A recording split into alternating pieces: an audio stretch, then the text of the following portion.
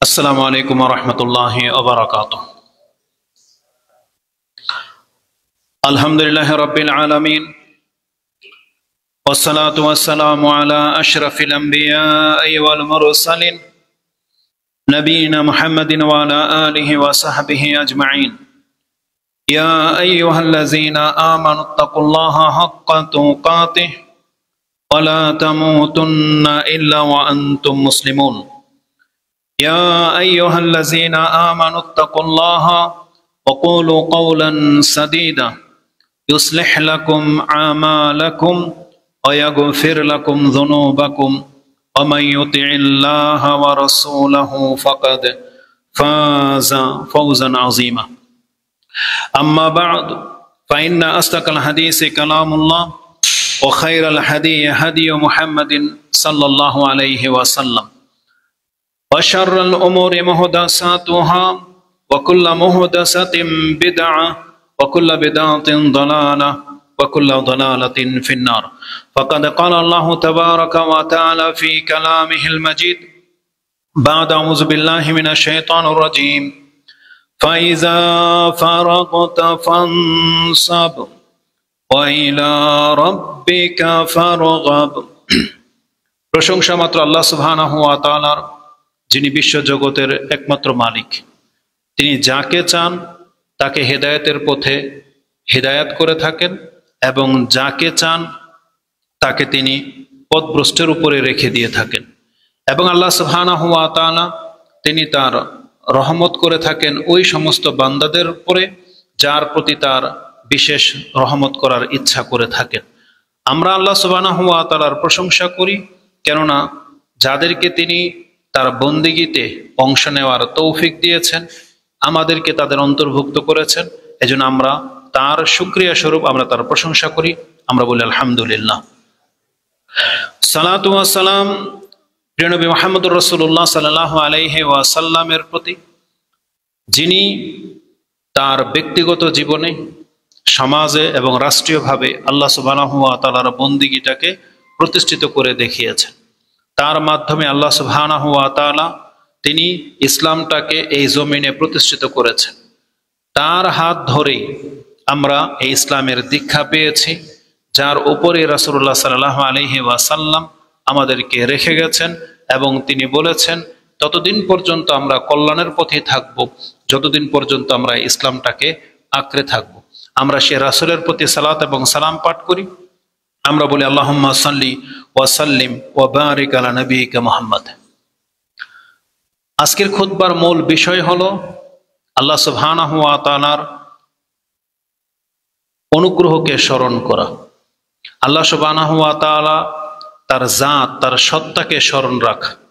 আল্লাহ সুবহানাহু ওয়া তাআলা পরকালে আমাদের জন্য যে ব্যবস্থা রেখেছেন, যে হয় চির সুখকর একটা জায়গা জান্নাতকে স্মরণ করা, আর যারা তার নাফরমানি করে তাদের জন্য কঠিন একটা জায়গা রেখেছেন, সেটা হচ্ছে জাহান্নাম।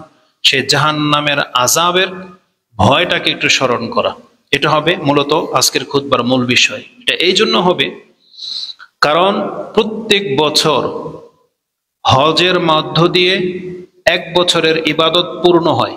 ইসলামের যে 5টি রোকন আছে সেটা প্রত্যেক বছরে একবার পুরা হয় কারো না কারো জীবনে। যারা হজ করে নিয়েছে জীবনের কোনো এক সময়, তাদের দ্বারা প্রত্যেক বছর প্রতিদিন 5 ওয়াক্ত সালাত, বছরে একবার যাকাত দিতে হয়, রমজানের 1 মাস সিয়াম রাখতে হয়। এভাবে ইসলামের 5টা স্তম্ভ পুরা করার একটা সুযোগ আছে বা আসে। যারা সেই সুযোগটাকে কাজে লাগিয়ে আল্লাহ সুবহানাহু ওয়া তাআলার ডাকে সাড়া দিয়ে থাকে, তারাই মূলত দিন প্রতিষ্ঠাকারী। যারা বিশেষ করে 5 ওয়াক্ত সালাত আদায় করে, যারা রমজান মাসের সিয়াম রেখেছেন, যাদের সামর্থ্য অনুযায়ী যাকাত দিয়েছেন এবং যারা হজ আগে করেছেন অথবা এই বছর করেছেন, তারা হলো ইসলাম প্রতিষ্ঠাকারী।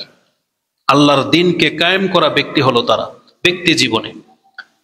এই লোকগুলো তারপরে তার পরিবারকে ইসলাম পালনে সচেষ্ট করবে। তার সন্তান, তার পরিবার, তার দায়িত্বশীল যারাই আছে তাদেরকেও এভাবে ইসলামের দিকে দাওয়াত দেবে এবং ইসলাম পালন করতে বাধ্য করবে। যদি কেউ করে থাকে তাহলে সেই ব্যক্তি তার পারিবারিক জীবনেও ইসলামটাকে প্রতিষ্ঠিতকারী হিসেবে গণ্য হবে। এভাবে কোনো ব্যক্তি যদি নিজের ঘরকে রেখে তারপরে নিজের সমাজকে পরিবর্তন করতে পারে, ইসলামের দিকে মানুষকে বাধ্য করতে পারে, তাহলে সে হবে তার সমাজকে ইসলামে প্রতিষ্ঠাকারী। এভাবে যদি সে রাষ্ট্র পারে রাষ্ট্র, যেভাবে রাসূলুল্লাহ সাল্লাল্লাহু আলাইহি ওয়াসাল্লাম করেছিলেন। আমরা যদি সমাজকে পরিবর্তন করতে না পারি, যদি এমনও ব্যক্তি আছে যারা তার কথা তার ঘরেও চলে না, কিন্তু চাইলে সে নিজের উপরে ইসলামটাকে প্রতিষ্ঠিত করতে পারে, তাদের জন্য আমাদের আহ্বান থাকবে যে ব্যক্তি পর্যায়ে আজকে আমাদের শক্তি সামর্থ্য এতটা দুর্বল হয়ে গেছে যে আমরা অন্যের উপরে শক্তি কি খাটাবো, নিজের ঘরেই শক্তি চলে না, নিজের সন্তানের উপরেই আজকে আমাদের শক্তি প্রয়োগ করতে পারি না, স্ত্রীর উপরে প্রয়োগ করা যায় না। যার ফলে এখন ব্যক্তি পর্যায়ে কথা বলার প্রয়োজন দেখা দিয়েছে। এজন্য আমাদের উচিত ব্যক্তি পর্যায়ে সৎ হওয়া। আমরা যদি অন্যকে পরিবর্তন করতে না পারি, অন্তত নিজে পরিবর্তন হয়ে যাব, এটা আমাদের করতে হবে নাজাতের জন্য। যদি অন্তত নিজে পরিবর্তন না হতে পারি, তাহলে তো আর নাজাতের কোনো উপায় থাকলো না। অতএব যারা ব্যক্তি জীবনে ইবাদত করি, আমাদের তাদের নিয়ে কথা বলা উচিত। তারা হলো ওই সমস্ত ব্যক্তি যারা দিনকে প্রতিষ্ঠিত করেছেন এই বছরে। এই সুযোগ আগামী বছর আর নাও আসতে পারে, বরং এই বছরে যারা দিনকে তুচ্ছ তাচ্ছিল্য করেছে, আল্লাহ সুবহানাহু ওয়া তাআলার ইবাদতগুলোকে মূল্যায়ন করেনি, আপনি চাইলে এই সময়টা আর কোনোদিন ফিরিয়ে আনতে পারবেন না। কারণ যেটা চলে গেছে সেটা আপনার আমলনামা থেকে খালি হয়ে গেছে। এখন আগামী দিনগুলো নিয়ে ভাবতে হবে। তো মূলত আমরা যারা রমজান পার করেছি, হজের ব্যস্ততা, হাজিরা পার করেছে, আমাদের বড় একটা ইবাদত গেল কুরবানি, যেটা অনেক গ্যাদারিং এর একটা সময় ছিল। এভাবে আমরা মৌসুমী যে ইবাদতগুলো একের পর এক সমাপ্ত করেছি। এই সুবাদে দেখা যায় যে মানুষের ফিতরত হিসেবে মানুষ যখন কোনো একটা বিশেষ দায়িত্ব পালন করে ফেলে, তখন তার মধ্যে একটা ছুটির একটা অপশন কাজ করে। যেমন এক সপ্তাহ যারা কাজ করে তারা চায় সপ্তাহে একদিন ছুটি কাটাতে, ওই দিন তারা কাজ করতে চায় না, বা এই দিন তাদের জন্য ছুটি বরাদ্দ করা রাখা হয়েছে। বর্তমান যুগের মুসলিমদের চরিত্র ঠিক ওই রকমই।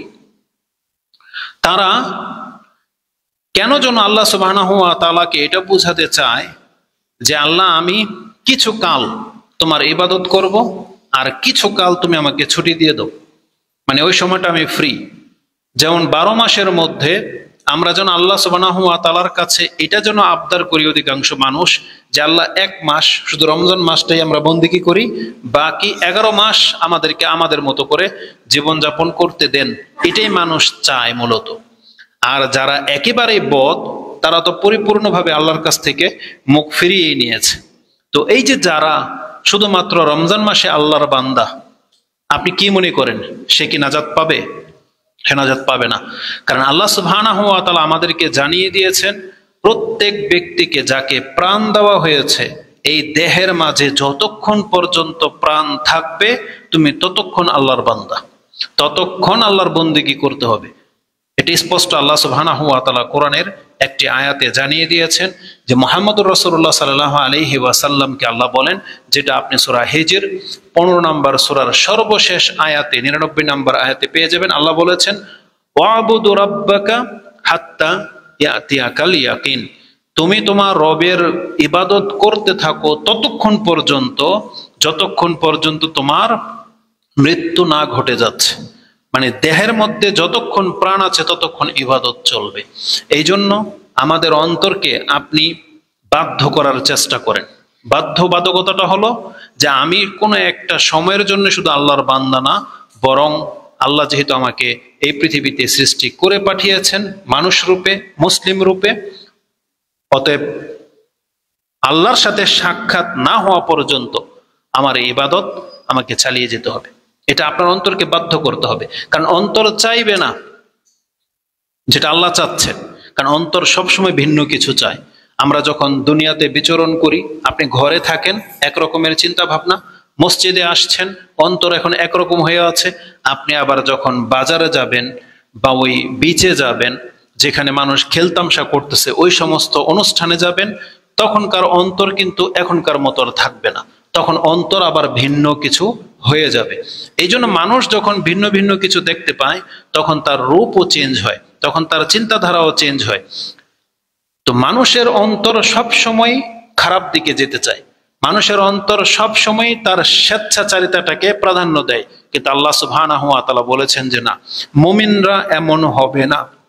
যারা আল্লাহর প্রতি ঈমান আনবে তাদেরকে আল্লাহর দিকে ধাবিত হওয়া, আল্লাহর পথে নিজেকে বাধ্য করে রাখা, এটা তাদের কর্তব্য, এটা হচ্ছে আমাদের কাজ। তো আল্লাহ সুবহানাহু ওয়া তাআলা মানুষের ফিতরতের মধ্যে যখন দিয়ে দিয়েছেন যে মানুষ ক্ষণিক পর পরে রূপ পাল্টায়, আল্লাহকে ভুলে যায়, হতে পারে যে হজের পরে অধিকাংশ মানুষ আমরা গাফেল হয়ে যাব, কারণ এখন রমজানের মতো সিজন নাই। মানে যেই সময়গুলো আসলে ইমান জেগে যায়, আমাদের সামনে এখন লম্বা একটা সময় আগামী রমজান পর্যন্ত দেখবেন আর ইমান জাগার কোনো অপশন আপনার কাছে আসবে না। হয়তো আরেকটা সিয়াম আছে যেটা মুহররমের 10 তারিখে আমরা রাখবো, সিজনাল। এছাড়া এমন কোনো আনুষ্ঠানিকতা নাই যেটা আসলে আপনি ইবাদতের দিকে আবার ঝুঁকে যাবেন। এখন আল্লাহর ইবাদতের প্রতি নিজের ইচ্ছায় জেগে থাকতে হবে। এখন আর আপনাকে কেউ জাগাবে না, মাইকে ডাকবে না, সেহারি খাইতে ওঠেন বা ফজরের ওয়াক্ত পার হয়ে যাচ্ছে, এখন আর আপনাকে মাইক থেকে ডাকানো হবে না। বাংলার মসজিদগুলো যদি যে দায়িত্বটা সেহারি খাওয়ার কারণে, সেহারি খাওয়ার উদ্দেশ্যে পালন করে থাকে, যেটা একটা নফল কাজ, সুন্নাহ, যদি সেই কাজটা ফরজ কাজের জন্য করত তাহলে হয়তো মানুষ কিছুটা উপকার পেত। আপনি শুনবেন না কোনো মসজিদে থেকে ফজরের নামাজের সময় আপনাকে আজান ব্যতীত ডাকা হয়েছে, শুনবেন না। কিন্তু রমজান মাসে সেহরের জন্য রাতের 3টা থেকে আপনাকে ডেকে তোলা হবে, যেটা ফরজ না আপনার জন্য। তা আমাদের সমাজের মানুষ হচ্ছে এই টাইপের, যেই কাজে বেশি মজা লাগে তারা সেগুলো হরহামেশা যখন তখন করতে পায়। যেই কাজে মানুষের উৎফুল্লতা বেশি, যেই কাজে তার মজা লাগে, সেই কাজে দেখবেন মানুষ বেশি আগ্রহের সাথে করে। তার শরীয়তে আছে না নাই সেটা তারা দেখে না। এটা জীবনের বহু ক্ষেত্রে আপনি দেখতে পাবেন। তো আল্লাহ সুবহানাহু ওয়া তাআলা ভালো করে জানেন যে বিশেষ বিশেষ ইবাদতের পরে মানুষ আবার গাফেল হয়ে যায়।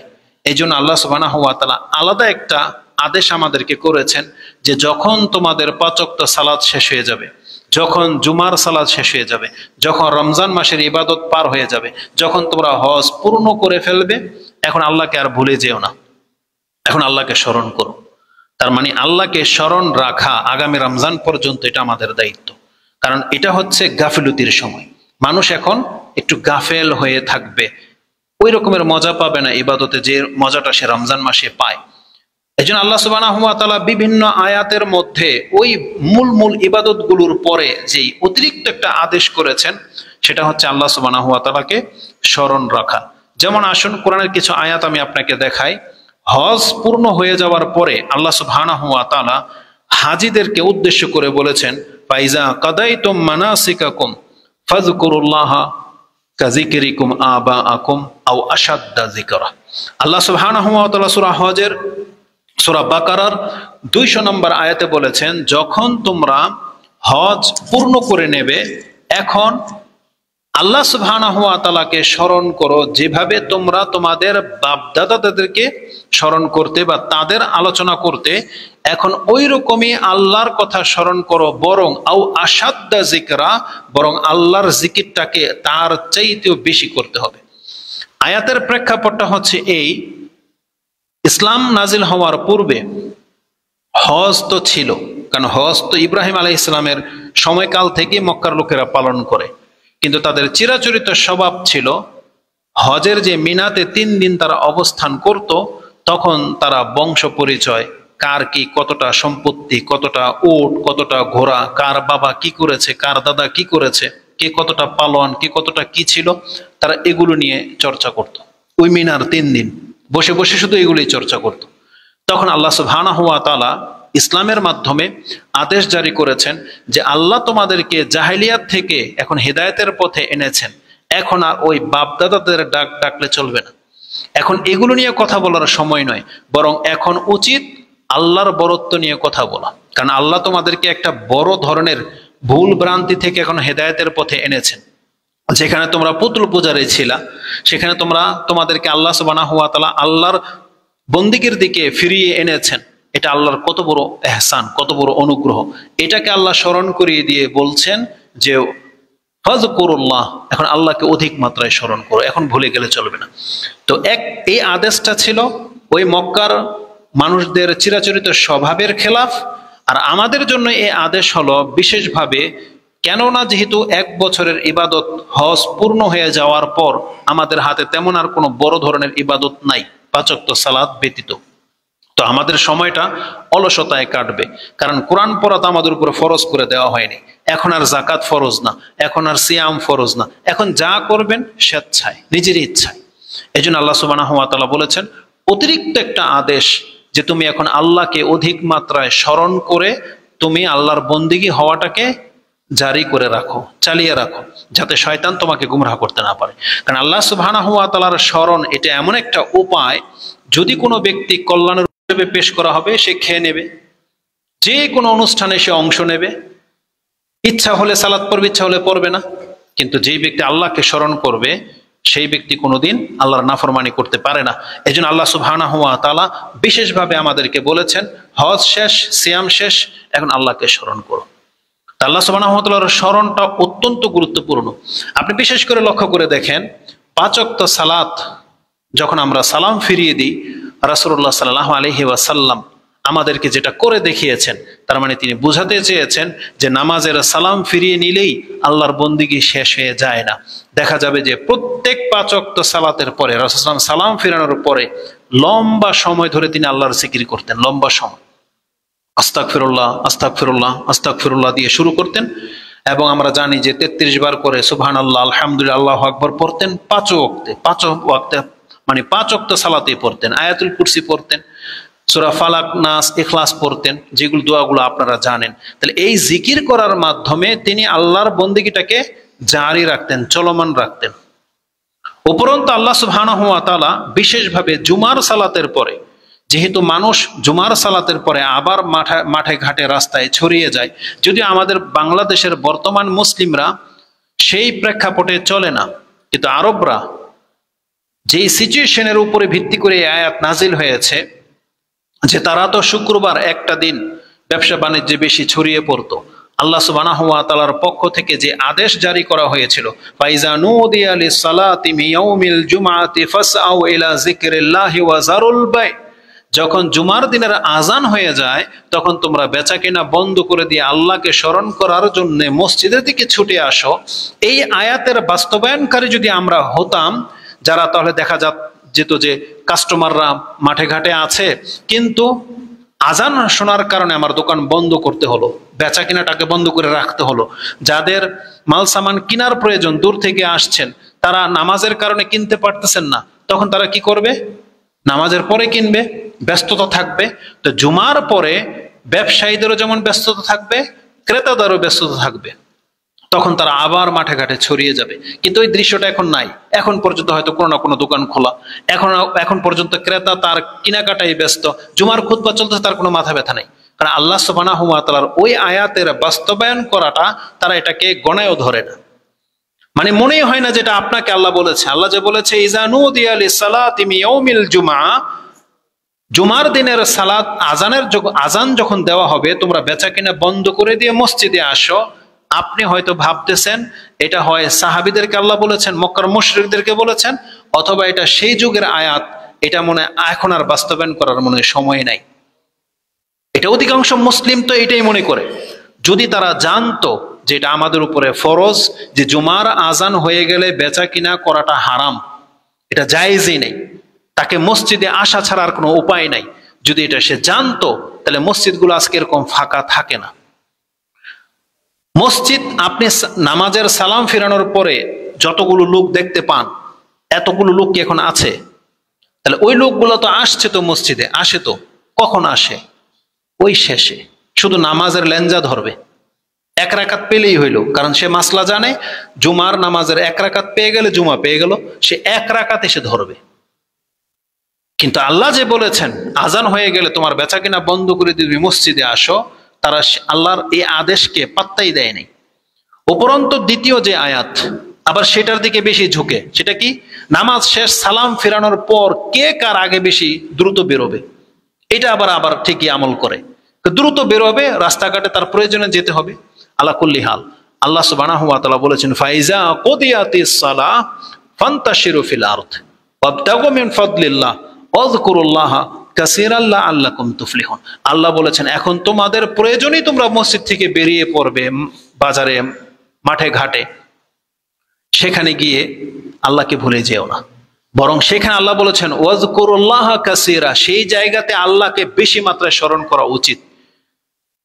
যে জায়গাগুলোতে মানুষ রং তামসা, চিটার বাটপারদের চলাফেরা, শয়তান মানুষকে গাফেল করে দেয়, এই জন্য আল্লাহ ওই জায়গাগুলোতে মুমিন বান্দাদেরকে বলেছেন তুমি ওই জায়গাগুলোতে আল্লাহকে বেশি পরিমাণে স্মরণ করো, কারণ ওগুলো হচ্ছে গাফিলতির জায়গা। এখানে গেলে তোমাকে গাফেল করে দিবে শয়তান। এই জন্য বাজারে, রাস্তাঘাটে, এইসব জায়গাতে আল্লাহকে বেশি মাত্রায় স্মরণ করা উচিত। এমনকি একটা হাদিস আপনি হয়তো জানেন, বাজারে ঢোকার একটা দোয়া আছে। কেউ যদি বাজারে কোনো কিছু কিনতে যায় আর সেই দোয়াটা যদি পড়ে, তাহলে তাকে 10 লাখ নেকি দেওয়া হবে। 10 লাখ নেকি। সেটা একদম সিম্পল, দুইটা শব্দ শুধু বাড়তির সাথে এসেছে, লা ইলাহা ইল্লাল্লাহু ওয়াহদাহু লা শারীকা লাহু লাহুল মুলকু ওয়া লাহুল হামদু ইউহয়ি ওয়া ইউমীতু হাইয়ুল লাযী লা ইয়ামুত বিয়াদিহিল খায়র ওয়া হুয়া আলা কুল্লি শাইইন কাদির। আরো কিছু শব্দ থাকতে পারে। এই দোয়াটা যদি কেউ একবার পড়ে, তাহলে তাকে 10 লাখ নেকি তার আমলনামায় লিখে দেওয়া হবে। আচ্ছা, সিম্পল একটা দোয়া, সহজ দোয়া, আর একবার বললেই হবে। এটা সবাই জানি বা জানলাম। আপনি ট্রাই করে দেখেন তো যে কতজন ব্যক্তি বলতে পারে।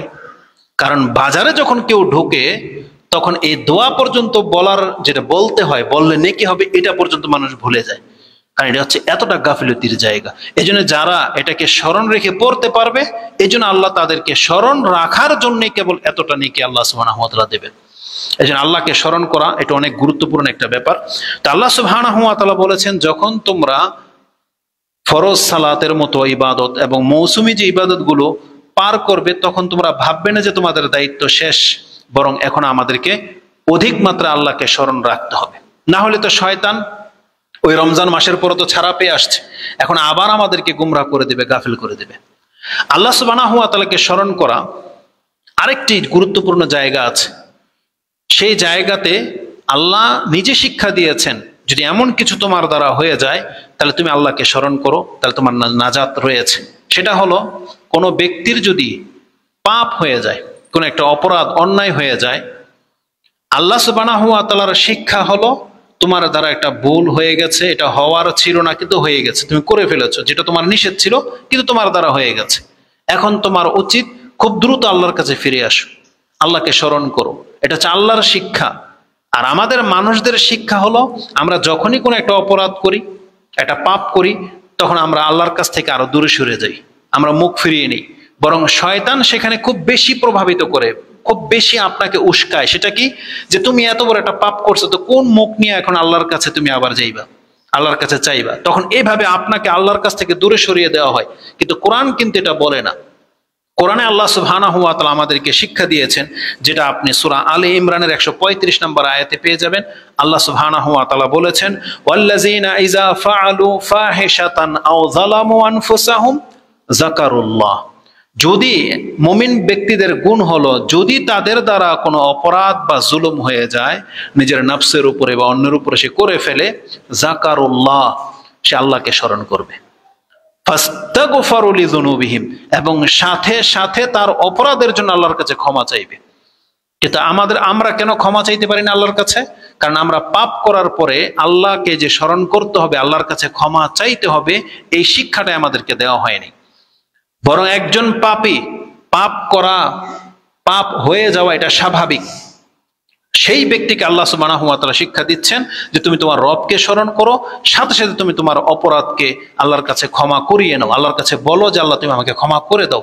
কারণ আল্লাহ কি বলেছে জানেন? পাপী ব্যক্তি যদি আল্লাহকে স্মরণ না করে, তাহলে এই পাপী ব্যক্তিকে ক্ষমা করার মতো দ্বিতীয় কি আর কোনো আল্লাহ আছে? দ্বিতীয় কোনো মাধ্যম আছে? এই জন্য আল্লাহ বলছেন, ওমা ইয়াগফিরুয যুনুবা ইল্লাল্লাহ। তুমি যদি আল্লাহকে স্মরণ না করো, তাহলে তুমি বলো দেখি তোমার এই পাপটা আল্লাহ ছাড়া কে ক্ষমা করবে? ক্ষমা করার আর কেউ বিকল্প কোনো পথ আছে?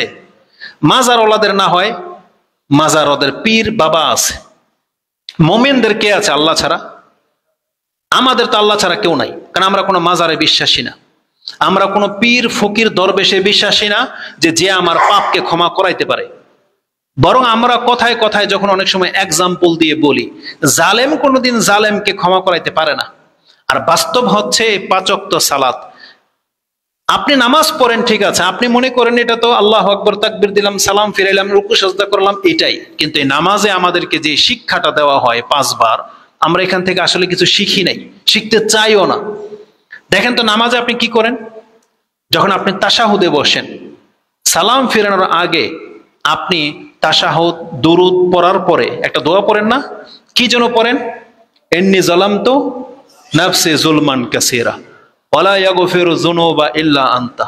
সেখানে কিন্তু আপনি আল্লাহর কাছে অঙ্গীকার করতেছেন, আল্লাহ আমার এই জুলুমকে তুমি ছাড়া কেউ ক্ষমা করতে পারবে না, আপনি স্বীকার করলেন। এই দোয়াটা যেমন আমরা সাধারণ পাপীর ওপরই, মসজিদের ইমাম উনি কি পড়ে কি পড়ে না? আমি আর আপনি ওই যে বাবাকে নাজাতের সাবাব উসিলা মনে করে ধরে বসে আছে, যার 5 আটার পানি খাওয়ার জন্য আপনি প্রস্তুত, উনি যখন সালাত পড়তো বা পড়ে, তখন কি এই দোয়া পড়ে কিনা? যে ইন্নী যালামতু নাফসি যুলমান কাসীরা ওয়ালা ইয়াগফিরু যুনুবা ইল্লা আনতা, যে আল্লাহ আমি আমার নাফসের উপর অনেক বড় জুলুম করেছি, অনেক বড় জুলুম, যুলমান কাসীরা। আচ্ছা, যেই ব্যক্তি নিজের নাফসের উপরে জুলুম করে, বড় জুলুম, সে জালেম নয় তো কি? সে কি জালেম নয়? তাহলে সে নিজেই তো জালেম, আমি নিজেই জালেম। আমি আর আপনি আবার ওই জালেমকে নাজাতের উসিলা কিভাবে মনে করি? আল্লাহকে বাদ দিয়ে। এই জন্য আমরা সাধারণত পীর ফকিরকে বিশ্বাস করি না, কারণ তারা আমাদের মতোই মানুষ, তারা আমাদের মতোই মুসলিম, তাদেরও নাজাত দরকার, আমাদেরও নাজাত দরকার। নাজাতের জন্য আমরা সালাত পড়ি যেমন তারা সালাত পড়ে। এক কথায় আল্লাহকে সন্তুষ্ট করার জন্য সে যতগুলো ইবাদত করবে, আমাদের কতটুকু ইবাদত করতে হবে, এটা হচ্ছে মূলনীতি। আল্লাহ সুবহানাহু ওয়া তাআলার মূলনীতিতে এটা নাই যে যেই ব্যক্তি আল্লাহর ওলি হয়ে গেল, তোমরা সে যেভাবে আল্লাহর ওলি হয়েছে সেটা ছেড়ে দিয়ে তার পেছনে ঘুরো, তাহলে ওলি হইতে পারবা, এটা আল্লাহ বলছে। এটা হচ্ছে রাজনীতির সিস্টেম। কোনো একজন বংশের কোনো ব্যক্তি যদি একবার নেতা হয়ে যায়, তার নিচের পিরি যারা আছে, সিঁড়ি যারা আছে, তাদের জন্য নেতা হওয়া সহজ। কিন্তু এটাকে আল্লাহর ওলি হওয়ার ক্ষেত্রে চলবে? এটা চলবে না, কারণ নেতা আরেকজনকে নেতা বানাইতে পারে, কিন্তু আল্লাহর ওলি, আল্লাহ যদি কাউকে গ্রহণ না করে, আমি কি আপনাকে আল্লাহর ওলি গ্রহণ করে দিতে পারবো? পারবো না। এই জন্য আল্লাহ সুবহানাহু ওয়া তাআলার ওলি হতে গেলে আল্লাহকে সন্তুষ্ট করে ওলি হতে হবে। আর আল্লাহ সুবহানাহু ওয়া তাআলার সন্তুষ্টি রয়েছে 5 ওয়াক্ত সালাতে, পিতামাতার খেদমতে, হালাল খাওয়াতে, সিয়াম রাখাতে, দান সাদকা করাতে, মানে যতগুলো ইবাদত আছে এগুলো হচ্ছে আল্লাহকে সন্তুষ্ট করার উপায়। এখন আমি আর আপনি যদি সেই ইবাদত ছেড়ে দেই, তখন এরকম একটা কেন 1000 ওলির পেছনে আপনি ঘোরেন, আপনাকে তারা নাজাত দিতে পারবে না। তো আল্লাহ সুবহানাহু ওয়া তাআলা বলেছেন, যার অপরাধ হয়ে গেছে, তুমি মাজারে মাজারে না ঘুরে তুমি আল্লাহকে স্মরণ করো, আল্লাহকে স্মরণ করো। তারা হয়তো কথাটাকে এইভাবে বলবে যে আল্লাহকে পাওয়ার জন্যই তো আল্লাহর ওলির মাধ্যম দিয়ে আমরা চাই। এই যে মাধ্যম ধরা যে শিখানোটা হয়েছে, এটাই ছিল মক্কার মুশরিকদের থিওরি, যেটাকে রাসূলুল্লাহ সাল্লাল্লাহু আলাইহি সাল্লাম ভেঙে দিয়েছে। যে আল্লাহ সুবহানাহু ওয়া তাআলা বলতেছেন, বান্দা তোমার সাথে তোমার রবের ডাইরেক্ট সম্পর্ক, ডাইরেক্ট সম্পর্ক। তোমার অপরাধ হয়ে গেছে, কারো কাছে বলার কোনো দরকার নাই, তুমি ওযু করে নামাজে দাঁড়িয়ে যাও, তুমি আল্লাহকে বলো যে আল্লাহ আমি এত বড় অপরাধ করেছি, তুমি ক্ষমা করো। আল্লাহ সুবহানাহু ওয়া তাআলা বলেছেন, যেই ব্যক্তি আমার কাছে ক্ষমা চাইবে তাকে আমি ক্ষমা করে দেব। কোরআন হাদিস স্পষ্ট কথা রয়েছে। তো আল্লাহ সুবহানাহু ওয়া তাআলা বলতেছেন, ওয়াল্লাযিনা ইযা ফাআলু ফাহিশাতান আও যালামু আনফুসাহুম যাকারুল্লাহ। মুমিন বান্দাদের গুণ হলো, যদি তাদের দ্বারা কোনো অপরাধ বা জুলুম হয়ে যায়, তখন তারা আল্লাহকে স্মরণ করে এবং আল্লাহর কাছে ক্ষমা চায়। আল্লাহ বলছেন কেন? কারণ ওমাই ইয়াগফিরুয যুনুবা ইল্লাল্লাহ, কারণ আল্লাহ ছাড়া কে আছে তার অপরাধকে ক্ষমা করতে পারে। তো আমরা আজকে যেটা জানলাম যে 5 ওয়াক্ত ইবাদতের পরে যেমন আমাদেরকে আল্লাহকে স্মরণ করা উচিত, ঠিক তেমনি অপরাধ যদি হয়ে যায়, আমরা যদি কোনো কারণে গাফিল হয়ে যাই, আমাদের উচিত ছিল আল্লাহকে স্মরণ করা। কিন্তু অধিকাংশ মানুষ দেখা যায় যে আল্লাহকে ভুলে থাকে। বরং কিছু নেশাখোর ব্যক্তিদের সাথে সাক্ষাৎ হয়েছে, তারা নেশা খায়। মূলত তারা নেশাখোর ছিল না। তাদের অ্যান্সার কি জানেন? তারা বলে যে আমার টেনশন, বলছে টেনশনে পরে আমি সিগারেট খাই। আচ্ছা, সিগারেট কি টেনশন কমানোর জিনিস না বাড়ানোর জিনিস? এটা তো আপনাকে আরো বাড়াবে। বরং আল্লাহ বলেছেন, কোনো ব্যক্তি পেরেশানিতে আছো, অসুস্থ আছো, অভাবে আছো, বিপদে আছো তুমি আল্লাহকে স্মরণ করো। কিন্তু এরা, এই লোকগুলো আরো বেশি নাফরমানের কাজে জড়ায়, আরো বেশি জড়ায়। শয়তান তাদেরকে মানে আল্লাহর কাছ থেকে দূরে নেওয়ার জন্য একের পর এক পাপ কাজে লিপ্ত করে দেয়। কিন্তু আল্লাহ বলছেন না, মুমিন বান্দাদের দ্বারা এটা হওয়া উচিত নয়, বরং তাদের উচিত সাথে সাথে আল্লাহ সুবহানাহু ওয়া তাআলাকে স্মরণ করা। তো সব থেকে বড় কথা হলো, দিন যত যাচ্ছে মানুষ কিন্তু গাফেল হয়ে যাচ্ছে, ধর্ম থেকে উদাসীন, পরকাল বলে তার কোনো চিন্তা নাই। অধিকাংশ মানুষের চাল চলন, চলাফেরা আপনি দেখতে পাবেন আল্লাহ যে আছেন, বিচার যে হবে, জান্নাত জাহান্নাম যে রয়েছে, এই সম্পর্কে তার কোনো রকমের কৌতূহল নেই, কোনো রকমের তার চিন্তাও নাই, টেনশন নাই। তার টেনশন শুধু দুনিয়া, আমি কি পেলাম, কি হারালাম, মানুষ কি পাচ্ছে, আমি কি পাচ্ছি না, এগুলো নিয়ে সে শুধু সারাক্ষণ ভাবে। তার দিন থেকে রাত কাটে একটা থ্রোতে। সেটা কি? বেশ কিছু যুবকদেরকে আমরা দেখেছি স্কুল কলেজে যারা পড়ে, তারা মনে করে আমাদের জন্মটা হয়েছে খেলতামশার জন্য, বাপ মা আমাদের শিক্ষার টাকা ব্যবস্থা করে দেয়, আমরা স্কুলে যাই, স্কুলে সাবজেক্টাল যে বিষয়গুলো আছে সেগুলো আমরা পড়বো, আর আমাদের কাজ হলো খেলতামশা করা, গান বাজনা করা, আর গার্লফ্রেন্ডের সাথে প্রেম করা। এগুলো হচ্ছে যুবকদের ব্যস্ততার জিনিস। নতুন আরেকটা জিনিস যোগ হয়েছে, সেটা হচ্ছে গেমস খেলা, মোবাইলে সারাক্ষণ গেমস খেলবে। এর সাথে আরেকটা যোগ হয়েছে টিকটক করা। এখন এটা একটা প্রফেশনাল বিষয় হয়ে দাঁড়িয়েছে যে যে কোনো যুবকের একটাই আবদার, তার কাছে একটা আইফোন থাকবে, তার কাছে একটা অ্যান্ড্রয়েড ভালো একটা সেট থাকবে, সে এটা টিকটক করবে, তার একটা ইউটিউব চ্যানেল থাকবে, মজ মস্তি করে টাকা কামাবে।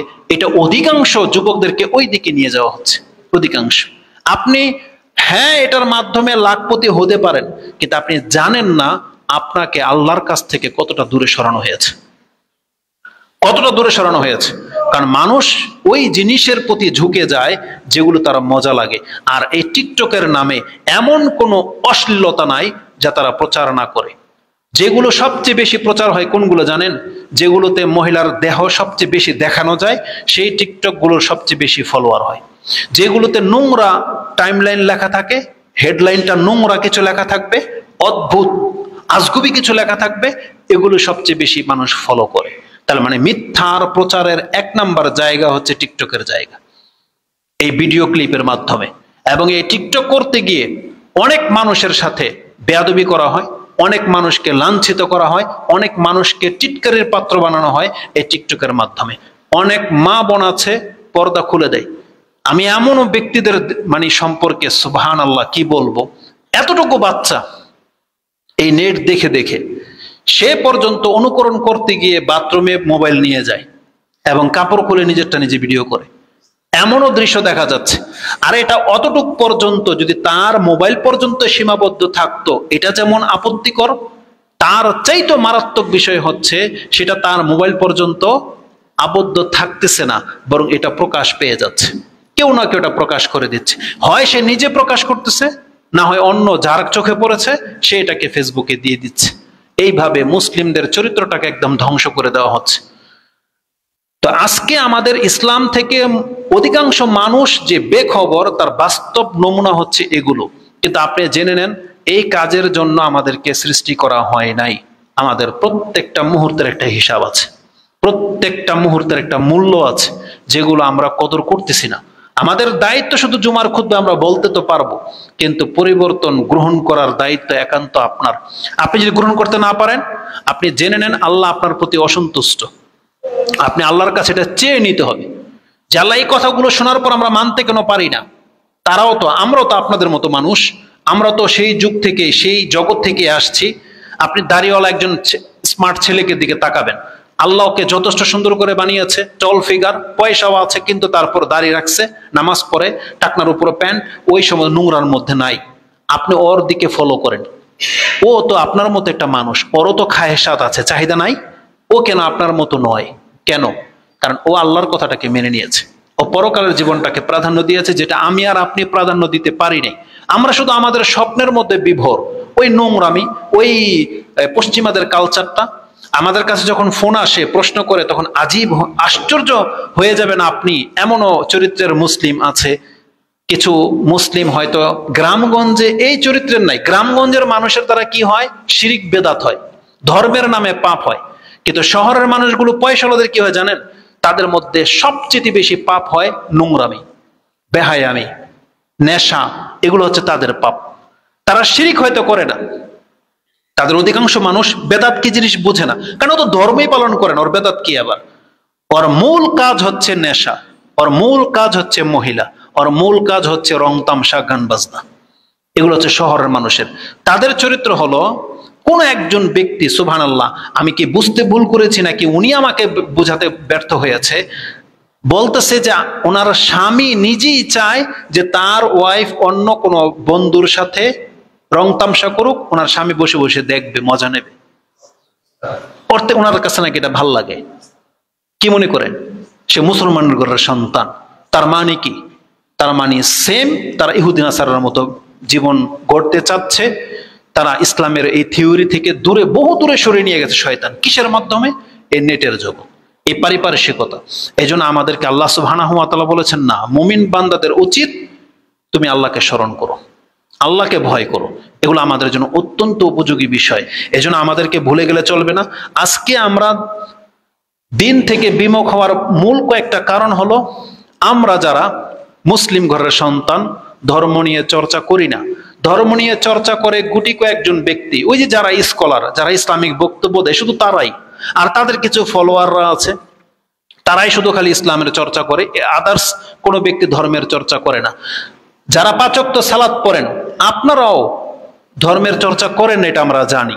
গতানুগতিক শিখে গেছেন যে 5 ওয়াক্ত নামাজ পড়তে হয়, আল্লাহু আকবার দিয়ে নামাজ শুরু হয়, আসসালামু আলাইকুম দিয়ে নামাজ শেষ হয়ে যায়, সেজদাতে সুবহান রাব্বিয়াল আলা পড়তে হয় 3 বার, সুবহান রাব্বিয়াল আজিম পড়তে হয় 3 বার।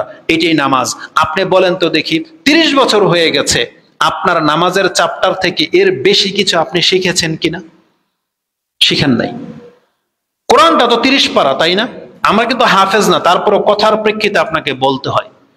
আমাদের সবসময় কেন চিন্তা থাকে যে আমি শুধু সূরা ফালাক আর ইখলাস এটা দিয়ে নামাজ শেষ করে দেব, কিন্তু কোনোদিন তো ইচ্ছাও জাগার কথা যে সূরা বাকারা বলে তো একটা সূরা আছে, দেখি আমি ট্রাই করে কোন এক রাত্রে পারি কিনা, কিন্তু আমরা চেষ্টা করি না। তা আমাদের কথা হলো সুবহান রাব্বিয়াল আলা বললে আপনার নামাজ হয়ে যাবে, কিন্তু এছাড়াও তো আরো 7-8টা দোয়া আছে, সেগুলো কবে শিখবেন? এগুলো একটা নফল কাজের উদাহরণ দিলাম। আমাদের ব্যক্তি জীবনের ফরজ কাজেও আমরা অনেক বেশি উদাসীন, গাফেল। আজকে আপনাদের এখানে একটা ঘটনা ঘটেছে। আপনাদের এই এলাকাবাসী একজন মহিলা ইন্তেকাল করেছেন ফজরে। তো কথার প্রেক্ষিতে কিছু কথা আমার কানে আসছে, তখন হাসলাম। এই জন্য হাসলাম যে আজও পর্যন্ত মানুষ এইসব বিষয়গুলোকে খেলতামশার বিষয় হিসেবে নিয়েছে, মনে করে যে বাপদাদার সূত্র ধরে যা করে আসতেছে এটাই তো ধর্ম, নতুন করে কি নাজিল হয়েছে নাকি, বা আমরা কি বলেছিলাম? কিন্তু দেখা যাবে যে কোরআন হাদিস দিয়ে যদি যাচাই করা হয়, আপনার কথার আমল প্রত্যেকটার মধ্যে 100-র মধ্যে হলে আমাদের সমাজের 80টা কোরআন হাদিসের খেলাফ। এটা প্রমাণ করে দেওয়া সম্ভব। মৃত ব্যক্তিকে কেন্দ্র করে দিয়ে আপনারা যেগুলো করেন, যত কথা শুনলাম, আমাদের সমাজে এত কিছু হয় না, কিন্তু হয়, অনেক কিছুই হয়। কিন্তু জেনে নেন, আমি ভুল প্রমাণ করতে হবে না। আপনার প্রতি একটা রিকোয়েস্ট থাকবে, আপনি আজকে যে মৃত ব্যক্তির নামে, মৃত ব্যক্তি মরে গেলে তার করণীয় কি, এই সম্পর্কে যদি আপনার কোনো কিতাব লেখা থাকে, বাংলার কোন হুজুর আছে, আপনি একটু পড়ে দেখেন তো তার দলিলগুলো কি, কিসের ভিত্তিতে লিখেছে। বা আপনি নেটে সার্চ করেন তো যে মৃত ব্যক্তিকে কেন্দ্র করে আমাদের ইসলাম কি বলে, কি করতে হবে, দেখেন তো কি আছে কথা দলিল ভিত্তিক। আর আপনি কি জানেন, তাহলে আপনার সামনে কথাগুলো স্পষ্ট হয়ে যাবে। তো আমরা যে ধর্ম নিয়ে চর্চা করি না, এগুলো হচ্ছে তার বাস্তব প্রমাণ। কারণ যেটা জন্ম থেকে দেখে আসতেছি সেটাই। উদাহরণ দিতে গেলে তো অনেক সময়, লম্বা সময় চলে যাবে। খাতনা করা, সাধারণত এটা খাতনা করা, অধিকাংশ মানুষ এটাকে মুসলমানি বলে, যে মুসলমানি করানো হবে। এটা কি মুসলমানি? খাতনা মানে একটা অতিরিক্ত চামড়া, এটা পবিত্রতা রক্ষা করার জন্য করা হয়।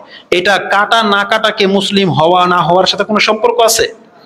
আরে অধিকাংশ মানুষের খাতনা করা, বাংলার জমিনের মুসলমানরা ঘরে যাদের সন্তান জন্ম, তাদের সবারই খাতনা করা, কিন্তু বেনামাজি 90%। এখন বলেন তো মুসলিম কে? তাহলে যেই ব্যক্তি নামাজ পড়ে সে মুসলিম নাকি যার খাতনা করা হয়েছে সে মুসলিম? তাহলে আমাদের তো ধারণা ওই যে খাতনা করা, ওটাকে আমরা মুসলমানই বলি। মজার ঘটনা, আমাদের বাসায় যখন কাজ করি, পিছি পিছি কিছু আছে কাজ করতে আসে, ওর গলার মধ্যে তাবিজ, তাই আমি বললাম, কি তোর গলায় তাবিজ কেন, তুই কি হিন্দু? ও কয় হিন্দু। কয় হ্যাঁ আমি হিন্দু। আরেকজন বলছে না ও মুসলিম, ও মুসলমান। কয় না আমার তো এখনো কাটে নাই। বুঝছেন, ও কেন হিন্দু? সুবহানাল্লাহ। ও বলতেছে আমারটা তো এখনো কাটে নাই। তার মানে এতটুকু বাচ্চা পর্যন্ত ওর মাথার মধ্যে ঢুকে গেছে যে এটা কাটলে মুসলিম, না কাটলে মুসলমান না। সুবহানাল্লাহ। আমাদের ধর্মটা হয়ে গেছে আর কি এখন এমন, কিন্তু আমরা আসলে শিখতে চাই না। কিন্তু জেনে নেন, এইভাবে আমাদের অন্তর থেকে ধর্ম একদিন হারিয়ে যাবে। আজকে নাস্তিকতার জন্ম কেন হচ্ছে? ধর্মের চর্চা না থাকার কারণে। আর আমরা যারা কিছুটা জানি তারা দেখবেন আমল করি না। অধিকাংশ মানুষ, আপনি ধর্ম সম্পর্কে অনেক কিছু জানেন, কিন্তু সে অনুযায়ী আপনি আমল করেন না। তার বাস্তব প্রমাণ হচ্ছে যতগুলো দাড়িবিহীন লোক আছেন তারা। বলেন তো দেখি, আপনারা কি এটা জানেন কি জানেন না যে দাড়ি রাখাটা ফরজ, পুরুষদেরকে দাড়ি রাখতেই হবে? জানেন কিন্তু পালন করেন না। তার চাইতে সেন্সিটিভ বিষয় হচ্ছে টাকনার উপরে প্যান্ট পরা। অধিকাংশ মানুষ টাকনার নিচেই প্যান্ট। তার চাইতে মারাত্মক ব্যাপার হলো 5 ওয়াক্ত নামাজ না পড়লে সে মুসলমানই থাকে না, মুসলিমই থাকে না সেই ব্যক্তি। এইটা সবচেয়ে গুরুত্বপূর্ণ বিষয়, কিন্তু তারপর অধিকাংশ মানুষ নামাজ পড়ে না। মা বোনরা কে না জানে পর্দা করা ফরজ, কিন্তু আপনি দেখেন তো কতজন মহিলা পর্দা করে? 90% মানুষ বেপর্দা করে, বেপর্দা মহিলা 90%। আর 10% যারা পর্দা করে তাদের মধ্যে 7% বাদ হয়ে যাবে তাদের রং তামসার জন্য। কারণ ওই 7% শুধু একটা বরকা পরে ঠিকই, কিন্তু পর্দা করে না। কারণ তার বুক পিঠ সব ভেসে থাকে, ওটা পর্দা বলে না। ওই মাত্র 2-3% মানুষ মহিলা পর্দা করে, কিন্তু জানে, কিন্তু মানে না। তো উপরন্তু আজকে ধর্ম থেকে আমাদের মুখ ফিরে যাওয়া বা ধর্ম সম্পর্কে উদাসীন হয়ে যাওয়ার মূল কারণ এগুলাই। এক, ধর্ম নিয়ে চর্চা না করা। দ্বিতীয়, যারা চর্চা করে তারা আমল করি না। আমরা জানি যে কোন কোন ইবাদতগুলো গুরুত্বপূর্ণ করতে হবে, কিন্তু আমল করি না। কোনটা হারাম জেনে শুনে আমরা হারাম খাই। তৃতীয় হচ্ছে, অপরদিকে ইসলামের বিপক্ষে যে মতবাদগুলো আছে সেগুলো প্রকাশ্যে করার প্ল্যান করা হচ্ছে। ইসলামের যতগুলো জিনিস হারাম, ওই হারামখোররা, ওই হারাম কাজে লিপ্ত ব্যক্তিরা সেগুলোকে প্রকাশ্যভাবে নিয়ে আসতে চাচ্ছে এবং তারা ওটাকে প্রমোট করতে চাচ্ছে। আপনি বাধা দেবেন, মানবে না, বরং ওটাকেও বাস্তবায়ন করবে। সবচেয়ে বড় কথা হচ্ছে, আমাদের মূর্খামিগুলো এক এক করে তুলে ধরলে তো অনেক সময় লেগে যাবে। কুরবানির দিন কি করেছেন? অধিকাংশ গরুগুলো রাস্তার মধ্যে জবা করেছে। আপনি আল্লাহর জন্য যদি কুরবানি দিয়ে থাকেন, আপনাকে এই অধিকার কে দিল রাস্তা বন্ধ করে দিয়ে আপনার গরুর পশু ফেলে রাখতে, রাস্তাকে নোংরা করতে? কে দিয়েছে এটা? এটা মুসলমানদের স্বভাব। এই কুরবানি কার জন্য? যদি তাকে নিষেধ করা হয় যে সাইড করে রাস্তা বন্ধ করে তোমার কিসের কুরবানি, তখন বলে এটা ঈদের দিন, ঈদের দিন এগুলা দেখার দেখি নাকি? ওই দিন যদি আপনার বাপ মা কেউ হার্ট অ্যাটাক করে আর যদি অ্যাম্বুলেন্স ঢুকতে না পারে, ওই দিন আপনি বুঝতেন যে রাস্তা বন্ধ করে কাজ করাটা এটা কত বড় মারাত্মক জিনিস, বুঝতেন। কিন্তু আপনি উপদেশ গ্রহণ করেন না। এটা রাসূল সাহেবের শিক্ষা নয়। রাসূল বলছে তোমার যে রাস্তায় বসতে হলে রাস্তার হক আদায় করে বসতে হবে। সেটা কি? রাস্তার কিনারায় বসতে হবে, মাঝ পথে না। এটা হচ্ছে আদব। কিন্তু আপনি রাস্তা বন্ধ করে দিয়ে কুরবানি করেছেন, রক্ত ভাসিয়ে দিয়ে পুরা সমাজকে নষ্ট করেছেন। আল্লাহ যদি রহমতের বৃষ্টি না দিত, আমার মনে হয় যে এখনো ওই রক্তের গন্ধ আপনি বাতাসে পেতেন। আলা কুল্লি হাল, আমাদেরকে মূর্খামিগুলো ছাড়তে হবে এবং যতগুলো অপপ্রচার আছে, অন ইসলামিক কাজগুলো আছে, সেটা বিয়ে শাদী বলেন, অনুষ্ঠানের দিনে বলেন, রং তামসা বলেন, এই গান বাজনা এগুলোকে অ্যাভয়েড করতে হবে। প্রকাশ্যে একটা ছেলে বা একটা মেয়ে রাস্তার মধ্যে নষ্টামি করতেছে, রিকশায় বসা, যেখানে সেখানে হাত দিচ্ছে বা এমন কিছু করতেছে, কোনো মুরব্বীর চোখে পড়েছে, কোনো দায়িত্ববান ব্যক্তির চোখে পড়েছে, তার উচিত তাকে নসিহত করা যে তুমি এই এরিয়া ছেড়ে দাও, আর এই এরিয়াতে থাকলে তুমি এমন করতে পারবে না, তোমার ওয়াইফ হয়ে থাকলে তুমি তোমার ঘরে যাও, রাস্তাঘাটে পার্কে না। তাইলে কিন্তু সমাজ ঠিক থাকতো। কিন্তু আমরা সেই কাজটা করি না, বরং আমরা এখন ভিডিওতে লিপ্ত, বরং আমরা ওটাকে আরো ভিডিও করে প্রমোট করে দেই যে দেখো আমাদের সমাজে কি হয়, মজা নিয়ে আসলাম আমরা। তো এইভাবে কিন্তু মানুষ ইসলামের থেকে মুখ ফিরিয়ে নিচ্ছে, ওই রং তামসার দিকে মানুষ ঝুঁকে যাচ্ছে। এই জন্য আমাদের প্রথম কাজ করণীয় হলো সংক্ষিপ্ত 3টা জিনিস। সেটা হচ্ছে আমাদেরকে ধর্মের চর্চা করতে হবে, ধর্মের চর্চা লাগবে। দ্বিতীয়ত, আমাদের যেটা আমরা শিখলাম জানলাম সেটার উপর আমল লাগবে। আপনি জানেন বিসমিল্লাহ বলে খেতে হয়, কিন্তু কোনোদিন আপনার মুখে বিসমিল্লাহ উচ্চারণটা হয় না, তাহলে এই বিদ্যা আপনাকে কোনো উপকার করতে পারল না। না, আপনাকে আমলে নিয়ে আসতে হবে এটা, তাহলে আপনার ফায়দা হলো, তাহলে আপনি উন্নত হলেন।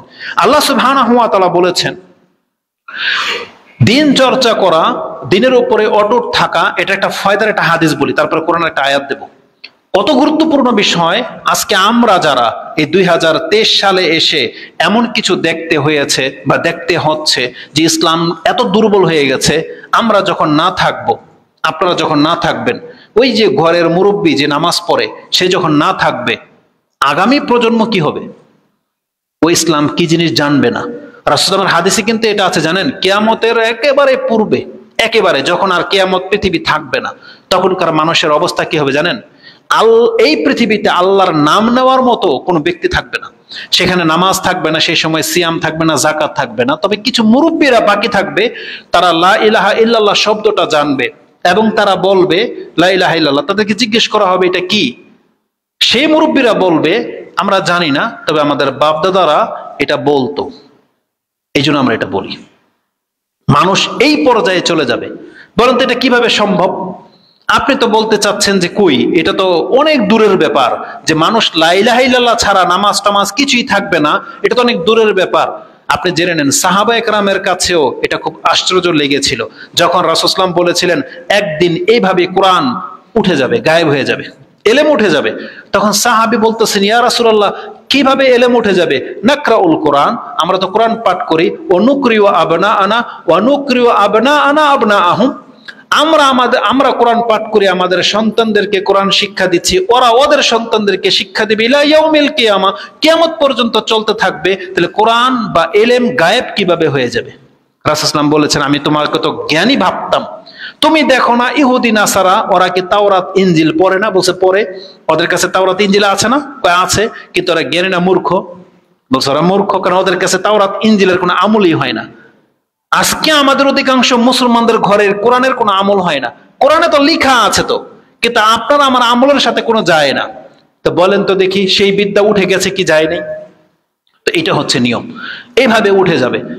এ থেকে ততদিন পর্যন্ত আপনি কল্যাণের পথে থাকবেন যদি একটা আদেশ আপনি পালন করতে পারেন। রাসূলুল্লাহ সাল্লাল্লাহু আলাইহি ওয়াসাল্লাম থেকে সামুরা রাদিয়াল্লাহু তাআলা তিনি বলেন ক্বালা রাসূলুল্লাহ সাল্লাল্লাহু আলাইহি ওয়াসাল্লাম, যে রাসূল আমাদেরকে বলেছেন আকিমুস সালাহ, তোমরা নামাজ কায়েম করো, ওয়া আতুজ যাকাত, তোমরা যাকাত দাও, ওয়া হুজ্জু, তোমরা হজ করো, ওয়া তামিরু, একের পর এক উমরা করো, ওয়াস্তাকিম, এবং ইসলামের যে বিধিবিধানগুলো আছে তুমি যতদিন বেঁচে থাকো এটাকে শক্ত করে আঁকড়ে ধরো।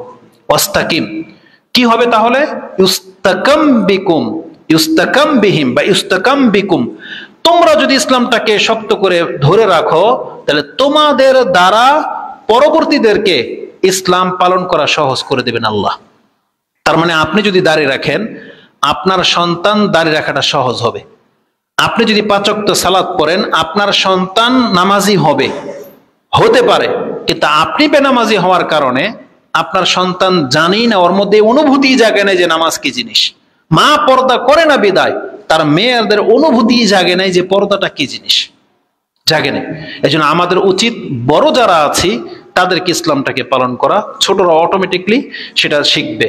আমি সিলেটের একটা দৃশ্য দেখেছি, অনেক হাজার খারাপের মধ্যে একটা ভালো জিনিস যেটা চোখে পড়েছে, সুবহানাল্লাহ, এমন কোন ব্যক্তি নাই যে রাস্তায় দাঁড়িয়ে আছেন আর বাচ্চারা গেছে আর আপনাকে সালাম দেয় নাই, এমনটা হইতে পারে না। আজীব, মাদ্রাসায় হোক স্কুলের হোক, যে কোনো বাচ্চা আপনার সামনে যাবে আপনাকে সালাম দেবে। তার মানে এটা কত চমৎকার একটা ব্যাপার না? তারা শিক্ষা দিয়েছে বা শিখছে তারা। বাচ্চারা আপনাকে সালাম দিতে মোটেও ইতস্ত করে না, আপনি দাঁড়াই রয়েছেন উচ্চ স্বরে আসসালামু আলাইকুম দিয়ে তারপরে যাবে। আমি যতগুলো বাচ্চাকে দেখেছি, এটা ভালো দিক। তাহলে এটা, এই ট্রেডিশন গুলো আমাদের সমাজে যদি আমরা বহাল রাখতে চাই, আমাদেরকে সেটার উপর আমল করতে হবে। আমাদেরকে ডান হাতে খেতে হবে, আমাদেরকে আজান দিতে হবে, মসজিদে আসতে হবে, এই রীতিনীতিগুলো আমাদেরকে জারি রাখতে হবে, চালু রাখতে হবে। তাহলে আমাদের পরবর্তী সন্তানরা ইসলামের উপরে টিকে থাকবে, আর নাই তো ইসলাম আমাদের কাছে বেশি দিন টিকবে না। এই জাতি ভিন্ন পথ ধরে নিচ্ছে। আল্লাহ সুবহানাহু ওয়া তাআলা আমাদেরকে বোঝার এবং সে অনুযায়ী আমল করার তৌফিক দান করুন। ইসলামের উপরে টিকে থাকার জন্য সবচেয়ে বড় ইম্পর্টেন্ট ব্যাপার এটাই, আমাদেরকে ধৈর্য লাগবে। ধৈর্যের 3টা রূপ আছে, জেনে নেন। আমরা অধিকাংশ মানুষ বুঝি বিপদে পড়লে ধৈর্য ধারণ করতে হয়, কিন্তু আসল ধৈর্য কোনটা জানেন? আল্লাহর ইবাদতে ধৈর্য ধারণ করা। মানে এই যে মরার আগ পর্যন্ত ইবাদত করতে হবে, 5 ওয়াক্ত নামাজ পড়তে হবে, এটা ধৈর্য ছাড়া এটা সম্ভব না। এটা ধৈর্য লাগবে। একজন ব্যক্তির লাখ টাকা নষ্ট হয়ে গেছে, আগুন লেগে গেছে, সে ধৈর্য ধারণ করে, দেখবেন কতক্ষণ পর্যন্ত? যতক্ষণ পর্যন্ত এই আগুনের দৃশ্য তার চোখে ভাসে। হতে পারে 1 মাস, হতে পারে 6 মাস। আল্লাহ যদি তাকে আবার পয়সা দিয়ে দেয়, একটা সময় সে ভুলে যাবে যে তার একটা বাড়ি ভেঙে গিয়েছিল, তারও দোকান আগুন লেগে গিয়েছিল, তারও বড় ধরনের কোনো রোগ হয়ে গিয়েছিল, মানুষ এটা কিন্তু ভুলে যায়। ধৈর্যটা ওই পর্যন্তই। এই জন্য ওই ধৈর্যটা ধরাটা সহজ, সেটা যত বড় কঠিন ধৈর্যই হোক না কেন, ধৈর্য ধরাটা সহজ। কিন্তু সবচেয়ে কঠিন ধৈর্য হলো মরার আগ পর্যন্ত ইবাদত করে যাওয়া। এটা অনেক কঠিন একটা কাজ। 5 ওয়াক্ত নামাজ পড়ে যাওয়া নিয়মিত, রমজান মাস চলে গেছে তারপরও যারা 5 ওয়াক্ত নামাজকে ধরে রেখেছেন, এটা জেনে নেন এটা অনেক চ্যালেঞ্জিং বিষয়, এটা অনেক কঠিন কিছু। আল্লাহ কি বলেছেন? ওয়াস্তাঈনু বিস-সাবরি ওয়াস-সালাহ ওয়া ইন্নাহা লাকাবীরাতুন ইল্লা আলাল খাশিন।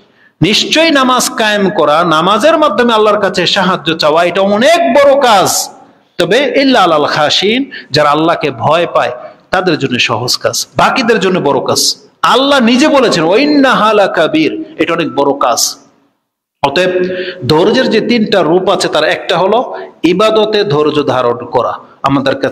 আমাদেরকে আল্লাহ সুবহানাহু ওয়া তাআলার কাছে বলতে হবে যে আল্লাহ তুমি আমাদেরকে ধৈর্য ধারণ করার তৌফিক দান করো, এবং মরার পূর্ব মুহূর্ত পর্যন্ত তোমার ইবাদত করে যাওয়ার আমাদেরকে তৌফিক দান করো। আমিন ইয়া রাব্বাল আলামিন। আকুলু লিকাউলি হাযা আস্তাগফিরুল্লাহ লি ওয়া লাকুম ওয়া লিসাইরিল মুসলিমিন ফাস্তাগফিরু ইন্নাহু হুয়াল গফুরুর রহিম।